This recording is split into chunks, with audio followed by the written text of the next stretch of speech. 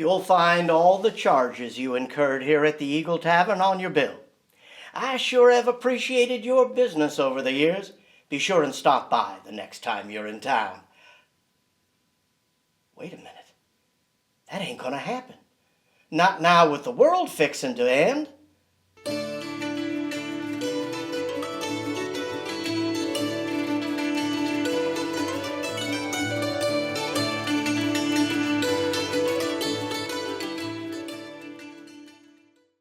I swear, the whole damn town's running around like chickens with their heads cut off.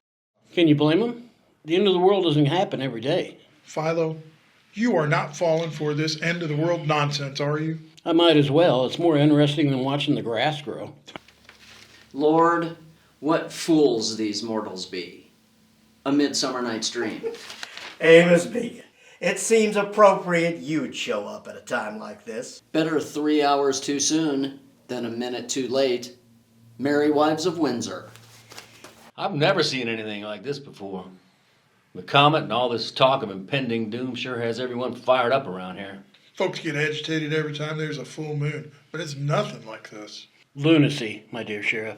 That's the proper name for it. I call it breaking the law. My court's had a full docket for weeks. Jail's full up as well. It's a good thing I got those locks for the cells. Locks weren't in Hiram Ogle's original bid. Had to pay for them out of my own pocket. Fortunately, they make Mr. Price's job a lot easier. The jailer. Yep. Conscientious fellow. The locks let him move prisoners from the debtor's room to the cells without worrying about losing them. Makes his job and mine a lot easier. Who you got in there now? A horse thief, a hog thief, and a man that broke into Stephen's store. There is no honor among thieves. That's true. That's how himself over there sets his prices. You best be glad it's the end of the world, Philo. Otherwise, you'd see a price spike that'd bankrupt Solomon's mines. I told Mr. Price to put those three in the cells. They're more secure than the debtor's room. You haven't had a jailbreak in some time. I intend to keep it that way. And these new locks, they'll help ensure that, Judge. In that case, Sheriff, eat, drink, and be merry. For tomorrow, or whenever the comet hits, we die. Another round for the house. Here, here. Philo, I still cannot believe you paid your bill in full and then some. Paraphrasing the bard, I can't shuffle off this mortal coil while in debt. With life as we know it coming to an end, it seems the proper course for a practical man like myself. Did you see William Keene over at the Indiana Messenger is asking people to pay their subscription in full for 6 months? If you do that and you give them an extra $1, you get a map of the heavens as a bonus. For what? To plot the comet's course, of course. I call that forward thinking. It's the end of the world, boys, and that end is rarefied. John Smith. What brings you all the way up here from your little corner of Posey Township? You mean Quercus Grove, don't you, Sheriff? If you remember, Philo here won that bet by renaming it. You didn't think all this ardent you're enjoying is a result of my good looks, do you? Philo, if that were the case, we'd all be dying of thirst. I would give all my fame for a pot of ale. Shakespeare, Henry V. It's Henry V. It's a Roman numeral. And the rest of the quote is, put it on my bill, round 6, Philo Averill. With all your rarefied oak bark headed to New Orleans, didn't think we'd be seeing you around here for several months. Normally, you'd be right. This comet has got the whole countryside running around in a tizzy. Sheriff, you gotta come quick. Settle down, Mr. Price. Why are you not at the jail? Right now, there ain't no need to be over there. Could it be that you're here on the account it's the end of the world? And the end is spelled C-O-M-E-T? Not this one, Philo. This is spelled jailbreak. What? Yep. 3 of them prisoners we had in there, 2 of them broke out, went out the back. Which two? The horse thief and the one that robbed Mr. Stevens' establishment. How did they get out of the cells with them new locks on them? They weren't in the cells. I had put them in the debtor's room. I told you not to do that. I know, Sheriff, but they made such a mess in their cells, I had to get it cleaned up. Cleanliness is next to godliness. Oh, save me the humor, Philo. Sheriff, you gotta come quick. I'll be right behind you. You make sure himself doesn't pour out my drink. Better take your pistol there, Sheriff.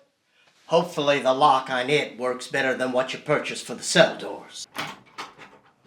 What's done can't be undone. Macbeth. Don't be so sure, Amos Beacon. I doubt the sheriff plans on letting this comet hurl him into eternity, leaving behind the legacy of a jailbreak. Last time he had a burr under the saddle this size was when Thomas Cohen broke out by sawing out a log and crawling through the hole. Sounds pretty ingenious. It was. But what really got his ire up was when Cohen lit fire to the place and then set up on the hill back of town watching the jail burn down. Did you boys read about that preacher out in Marietta, Ohio? He claims he's the comet. Says that at the right time he's going to blaze out across the heavens. I got one better. There was this feller in Vermont. He was terrified of the comet we had back in 1811. So preparing for his inevitable demise, he procured a gallon of rum and began imbibing it in his barn. He didn't drink it all, did he? No, he just drank enough to get sleepy and pass out. But while he was asleep, snoring, feller come in and covered him with dry hides, then piled on straw and let it ablaze. Did it kill the old man? No, the warmth was just enough to make him wake up. He looked around and seen all the smoke, flame, said, just as I expected, in hell, by God, hell. Philo, hand me my drink.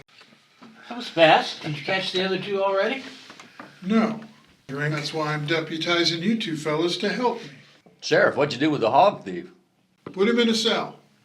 Found him sitting back there in the debtor's room plain as day. Said he wasn't going to sully his reputation. When his time came to go, he was going out the front door. Guess there is some honor amongst thieves. There is no legacy so rich as honesty.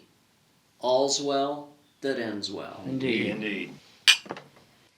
The boys helped the sheriff round up those malefactors, and when they got back to the jail, sure enough, there was the hog thief sitting in his cell proclaiming it wasn't his time. He was an honest man, and when his time came, he'd be going out through the front door. And true to his word, he did. A few nights later, he set fire to the door and burned a hole clean through it, and then he crawled out through the hole to his freedom. Is it just me? Or has anyone else noticed the world didn't end? And that's a good thing, because we've got a lot more stories still to share. Crawled out through a hole in the door.